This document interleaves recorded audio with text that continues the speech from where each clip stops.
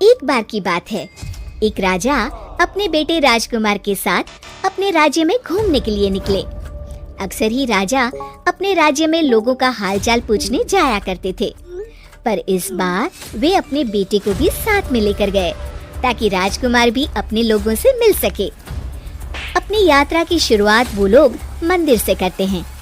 जब राजा और राजकुमार मंदिर की सीढ़ियां चढ़ रहे थे, तब राजकुमार की नजर मंदिर की सीढ़ियों पर बैठे एक भिखारी पर जाती है।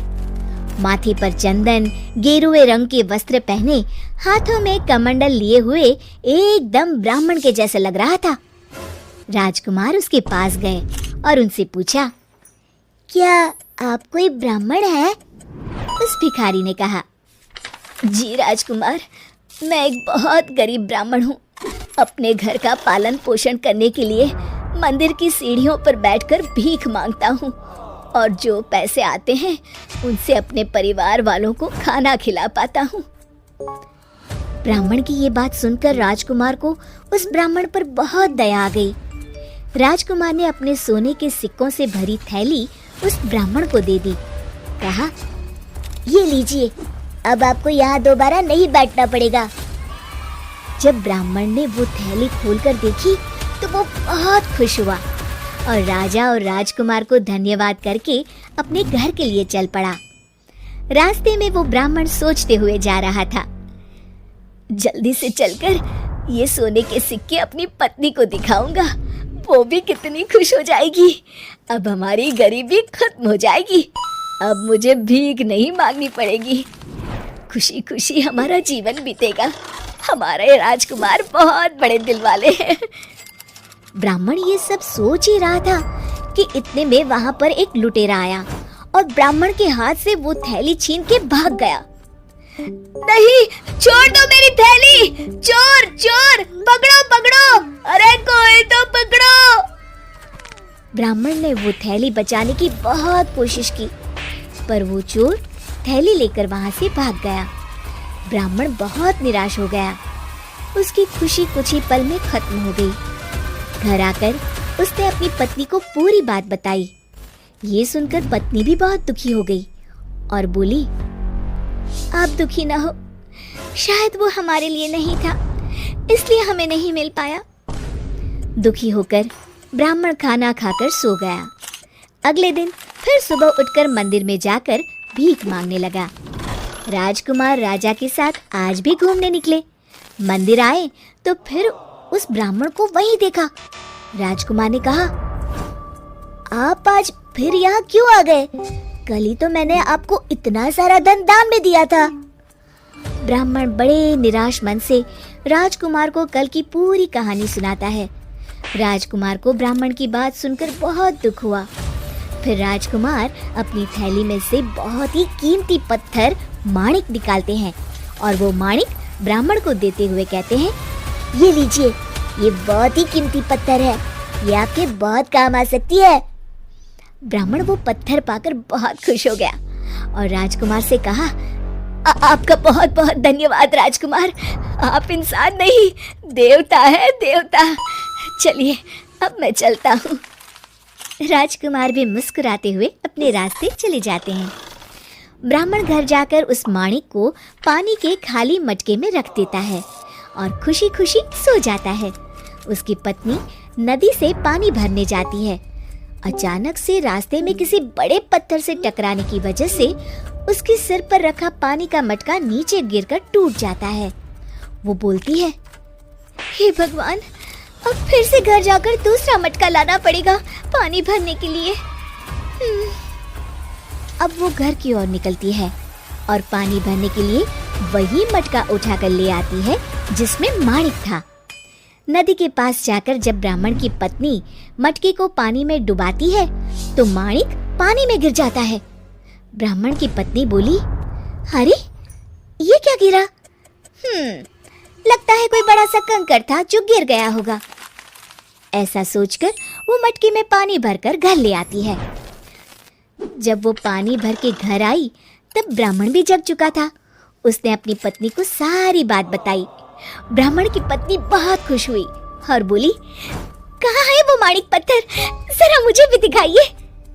उसे तो मैंने बहुत ही संभाल के पानी के खाली मटके में छुपा दिया है। रुको, अभी लाता हूँ। ब्राह्मण की पत्नी घबराते हुए कहती है, हे भगवान, उस मटके में तो मैं पानी भर कर ले आई। फिर ब्राह्मण की पत्नी ने ब्राह्मण को पूरी कहानी बताई। अब वो दोनों बहुत ही दुखी हो जाते हैं। हे भगवान, आप ये कैसा खेल खेल रहे हैं हम लोगों के साथ? क्या हमसे कोई गलती हो गई है? इसी अफसोस के साथ ब्राह्मण सो जाता है। अगले दिन फिर सुबह बेचारा ब्राह्मण निराश मन से मंदिर की सीढ़ियों पर बैठा भीख मांग रहा था। तभी राजा और राजकुमार फिर उस मंदिर में आए। अब राजकुमार की नजर फिर उसी भिखारी पर पड़ी। अरे ब्राह्मण, आप फिर से यहाँ? ब्राह्मण ने कहा, जी राजकुमार। अब ब्राह्मण ने कल घटित सारी बात राजकुमार को बता दी। राजकुमार फिर से दुखी हो गए। राजकुमार ने अपने पिता से पूछा, पिताजी, ऐसा इनके साथ बार बार क्यों हो रहा है? तब राजा ने कहा, बेटा, अभी इनका सही समय नहीं आया है, इसलिए इनसे सब छीना जा रहा है। जब इनका सही समय आएगा तब इनके पास सब वापस आ जाएगा। अब राजा ने ब्राह्मण के हाथ में 2 पैसे रख दिए। ब्राह्मण 2 पैसे हाथ में देखकर सोच रहा था, इससे तो मेरा कुछ भी नहीं हो पाएगा। वो ऐसा सोच ही रहा था, तभी उसकी नजर एक मछुआरे पर पड़ी, जो एक मछली को जाल से निकालकर बाहर फेंक रहा था। वो मछली पानी के बाहर आकर तड़प रही थी। ब्राह्मण को उस मछली पर दया आ गई। उसने सोचा, इन पैसों से मैं अपने परिवार का पेट तो नहीं भर पाऊंगा, कम से कम इस मछली की जान ही बचा लेता हूँ। अब वो जल्दी से मछुआरे के पास पहुंचा और उन्हें 2 पैसे देकर वो मछली खरीदकर अपने पानी से भरे कमंडल में मछली को रखा। पानी में जाते ही वो मछली फिर से होश में आ गई और कमंडल में ही उछलने लगी। ये देख ब्राह्मण बहुत खुश हुआ कि उसने मछली को बचा लिया।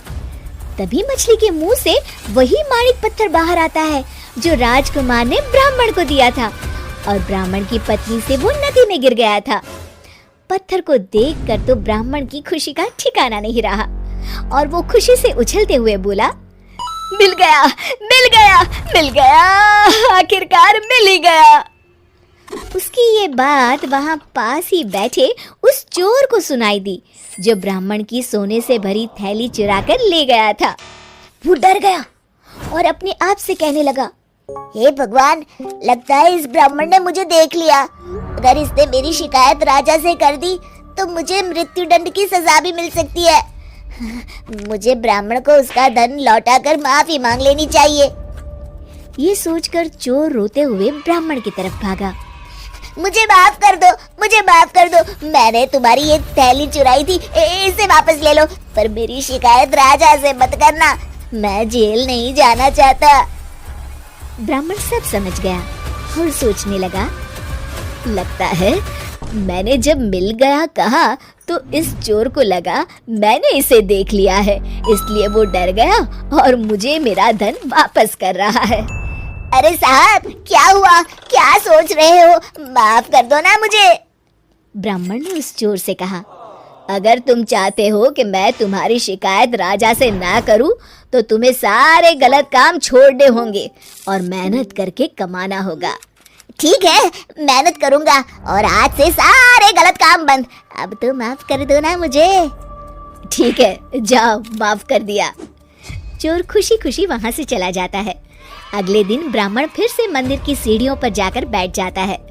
जब राजा और राजकुमार वहां आते हैं, तब ब्राह्मण जल्दी से खड़ा होकर राजकुमार के पास जाता है और सारी कहानी उसे बता देता है। राजकुमार बहुत खुश होते हैं और अपने पिताजी से कहते हैं, पिताजी, कितनी खुशी की बात है ना, ब्राह्मण के साथ सब ठीक हो गया। तब राजा राजकुमार से कहते हैं, हाँ बेटा, देखा तुमने, जब तक ब्राह्मण ने अपने बारे में सोचा तब तक उसे कुछ नहीं मिला, लेकिन जैसे ही उसने दूसरे की यानी कि मछली की तकलीफ देखी और उसने उसकी मदद की, वैसे ही उसके साथ अपने आप सब ठीक हो गया।